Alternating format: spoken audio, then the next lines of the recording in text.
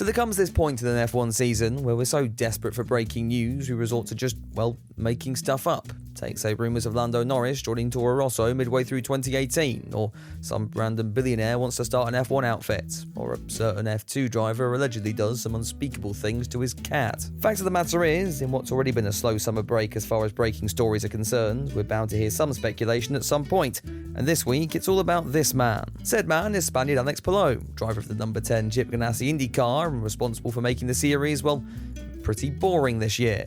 Alex's weaknesses coming into 2025 lied in qualifying and the ovals. Unfortunately for everybody else, he's suddenly become quite good at both of them. Out of the 16 races we've had so far, Palou has won 8 of them, been on the podium for 12 and finished in the top 10 for 14. Mind-boggling statistics when you consider this is, engines aside, a spec series and brimming with talent from across the world. Well on Santino Ferrucci. Palou's now wrapped up 4 titles in 5 years, all while still at the age of 28 and having amassed less than 100 starts in the series, and funnily enough, people have started paying attention to that. Indy Star broke the news that Palou had reportedly been approached by Red Bull regarding a drive at the main team in 2026, and while the phrase sources say makes you want to grab a bucket full of salt, it's not like this is the first time this Donny's been linked to Formula One. What most people forget is that while Palou's first title came in 2021, he could well have been racing on the world stage instead. Alex marked as a potential driver for the Salvatore Gandolfo bid to bring a Spanish team into F1, a bid that you could probably work out by now got about as far off the ground as the Challenger space shuttle disaster. The one you're more likely to remember instead is his brief McLaren stint in 2022,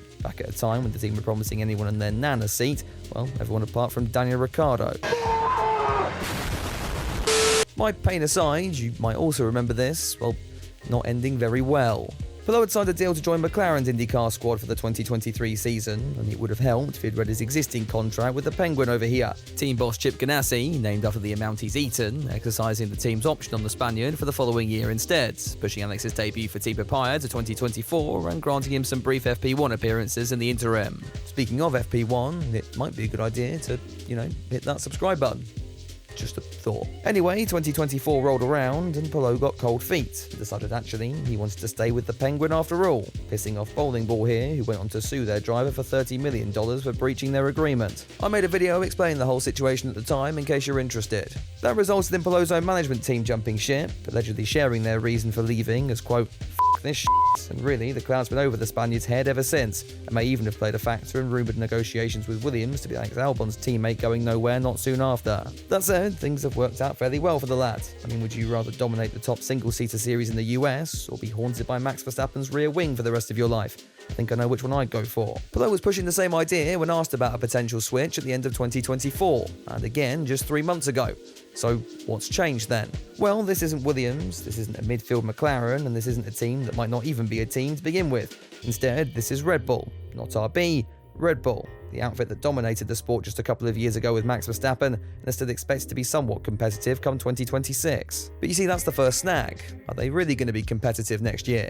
The 26 regs see arguably one of the biggest rule shifts in the sport's history, which I feel like we say every time we have one of those, but anyway, we've got active aero, ground effect being thrown in the f***ing bin where it belongs, and most importantly, brand new engines. Red Bull have partnered with Ford for their power unit in 2026, but if rumours are to be believed, it's set to be about as competitive as a paraplegic in an egg and spoon race, and it's not that the team have a great history when it comes to selecting engine manufacturers for big changes in regulation. It's also not fantastic that the team seem to be imploding from the inside, all the names that brought them all that success now out of the door either by their own volition or through certain Google Drive links in one particular case. With the regs being the one stable thing inside that marquee for 2025, they've at least retained some form of competitiveness, yet have still been overtaken by the likes of McLaren, Ferrari and Mercedes. Remember, we've got this far without even bringing up that death trap of a second seat. The team have been trying to fill that position since Daniel Ricciardo ran away at the end of 2018. Since then, we've had Pierre Gasly, Alex Albon, Sergio Perez, Liam Lawson, and now Yuki Tsunoda, and apparently it's still all their fault. The Red Bull's been tailored so much to Max Verstappen's needs that now no one else can even come close to being competitive in that car.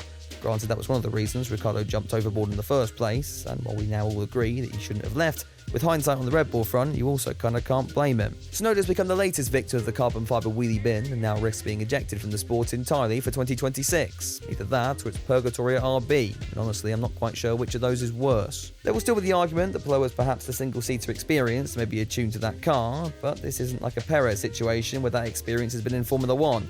You could also argue that the 26 rule set gives Red Bull the best opportunity to start afresh and build a car that's, less shit. But after dealing with this situation for almost a decade now, I wouldn't be so confident about that one. So can I see this one happening then? Well, in a long, far-away parallel universe, potentially, but it's unlikely, and I'm not even sure it's the best long-term move for Palou anyway. Would still make a cool what-if video in a couple of years, and speaking of, I made one of those recently, so go check that out. This is, by a country mile, the best F1 opportunity this guy's ever going to get. The question comes down to, is it still worth it? Okay, so you get on the world stage, you can test your mettle against the colossus that is Max Verstappen, but that dream's been realised by many who have come before and quickly turned into an utter nightmare.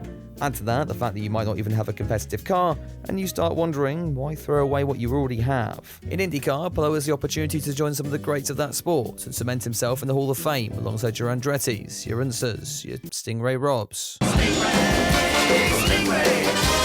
Sorry, I was just dreaming for a minute.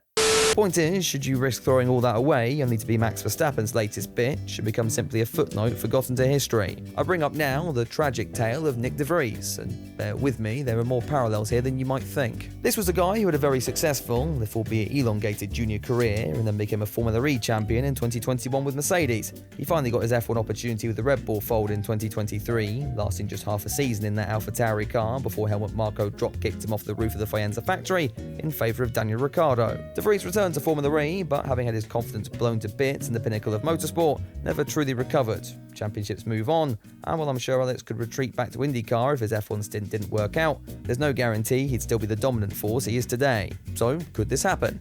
Yes. Should it happen? God, no. But I'm just a fat man on the internet, so what do I know anyway? And if you want a more concrete opinion on the matter, turns out none of those original rumours were even true, and they were just spread by Palou's agent. Big up to the racing gods for dropping this the moment I finish editing this video. Anyway, I really hope you've enjoyed the last 8 minutes of time you'll never get back. Those are my thoughts, let me know yours down in the comments below, and while you're down there, drop the video a like and get subscribed for more in the future. And if you've never heard of IndyCar, picture Formula 1, but actually exciting. This season's finale takes place this Sunday at Nashville, and I've already been documenting the series for the last 3 years right here on the channel. The link to the playlist is floating somewhere above my head right now, and if I've forgotten to do that bit, then just scream at me down in the comments. You're pretty good at doing that anyway. Final thank you goes out to the members and patrons who get early access and exclusive content every month, including this video that you can watch right now that won't hit the main channel till mid-September. Anyway, I'm just elongating this video so it's long enough for adverts. I will see you soon with another one, but until then, have a good one.